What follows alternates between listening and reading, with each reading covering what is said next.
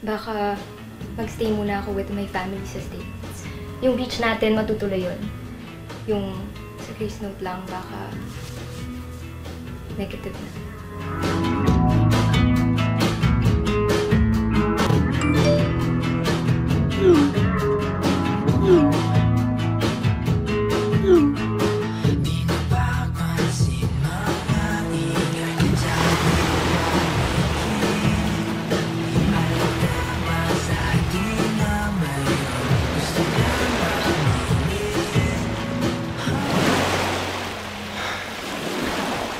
Swimming?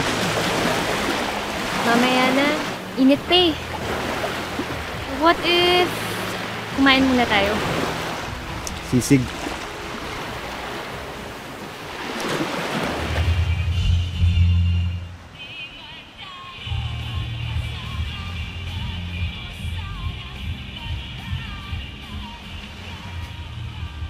Familiar ah. Oo nga eh. Parang nang-aasar pa si Universe. Naalala mo yung nag-concert tayo last year sa Grace Note? Oo naman. Doon nga tayo naging close eh. Naalala mo rin ba yung bumili ka ng ticket sa Scalper kasi nawala mo yung ticket natin? Nangyari yun? Uy, ready na ako! Ano kinahanap mo? Mary, nawala ko ata yung ticket. Ha? Paano nangyari yun? Baka nasa bag mo lang? Sige. May ginagawa. Huwag mo nang pulos. Sorry, Mary. Di bale, mabayaran na lang kita dun sa ticket. Sorry talaga. Ano ka ba? Huwag kang mag-guilty. Tsaka baka hindi rin talaga meant sa akin makita yung Grace Note ngayon. Madami pa naman silang gigs eh. Mapapanood rin natin sila. Sayang eh. Saka gusto pa naman kitang makasama talagang mapanood. Nakita ko yung tweet mo ah. Nagharap ka ng ticket, Grace Note. Oo. Meron akong dalawa dito. VIP. The best ka talaga, Bossing. Ano, magkano to? 10K. Itong dalawa na. Each. Hoy! 5K lang yung original price nun ah! Hindi. Okay lang. Ito. Bossing. Actually, hindi ko talaga ini-expect na bibilin mo yung ticket eh. Sobrang fan na fan ka talaga ng Grace Note, no? Hindi. Nakakaya naman sa'yo eh. Saka nakaplano na yun eh. Hindi natuloy yun, sana hindi tayo ganito ngayon. Di sana, hindi sana magulo. Ha? Sabi ko, oo nga eh, hindi tayo magiging close. Epal ka kasi sa akin sa office. I love you forever, no? Ano mo naman? Nagpapagawa ng presentation, tapos kailangan ko isend ngayon kagad. Sekretary mo kasi ako eh, di ba? Tay, wag mo na gawin yan. Di mo naman trabaho yan eh. Feeling ko pina-power trip ka niyan. Bakit niya ibibigay sa akin kasi? Inata... Pwede ba next time, yung ingay mo, tone down mo lang ha? Kasi wala ka sa palengke office eh. Ay, sorry po. Next time, ganito na lang po. Thank you. Hindi po. Sige, thank you. Wait Mary, question. Ano po yan? Buti pinapasok yan. Eto. Ganun ba ako ka-Apple sa'yo sa office? Kaya ba re-resign ka na? Uy, hindi ah. Alam ko namang trip mo kong asarin. Tsaka bet na bet mo kong pikunin. Nakakatawa kasi lumalaki yung butas ng ilong mo pag napipikon ka. Lo! Crush mo lang ako eh. Pwede na rin. Tara na nga. Tara tayo sa dagat.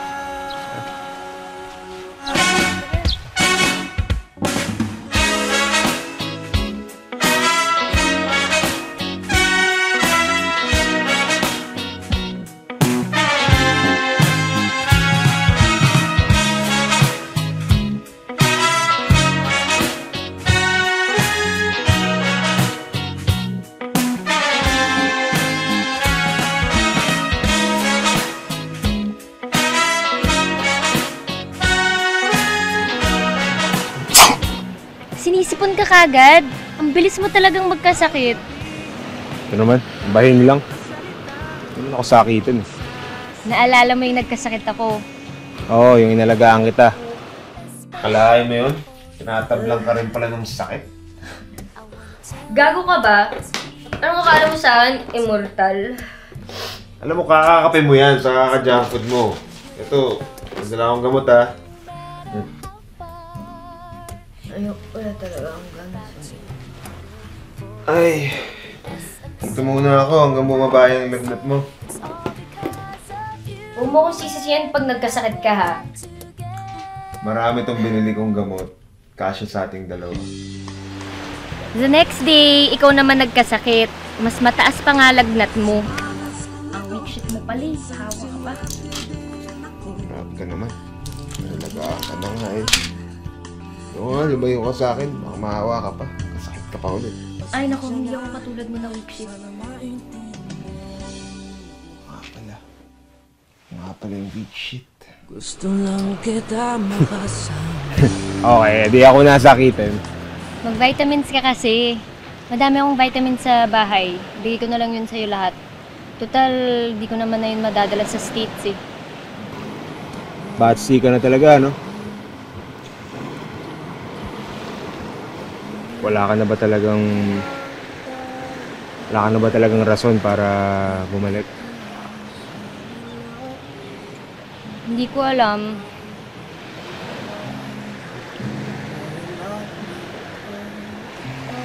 Tayo? Meron bang tayo? Eri, yung pinagsamahan natin ng isang taon, ang tingin mo dun?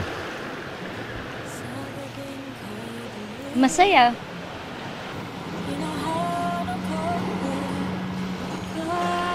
Naging mahalaga rin naman sa akin lahat ng moments na yun.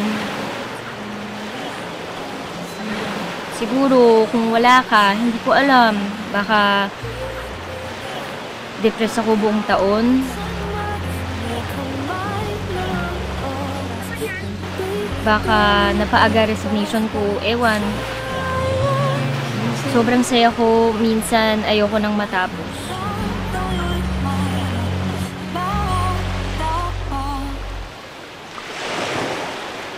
Pero alam mo, na-realize ko na hindi naman pwedeng masaya lang eh. Nakaka-confuse din. Parang hindi mo alam kung ano bang meron tayo. Alam mo yun, ang hirap manghula. Kaya feeling ko dapat tigil na natin ito. Alam mo, hindi din gusto kong sabihin eh. Tigilan natin to. Oo naman. Wala rin naman kasing use. Wala rin akong reason para bumalik dito. Kaya mas mabuti pang let go na natin para hindi na rin magulo. Wait. Ang ibig ko sabihin sa itigil na natin to, itigil na natin yung magulong usapan, yung situationship. So kung ayusin yung... Gusto mo na ng label? Lamunin man ang araw, hanggang ito ako. Nalalawin, tangayin mo lang. And cut! You know, okay tayo? Alright, it's a wrap! Hey!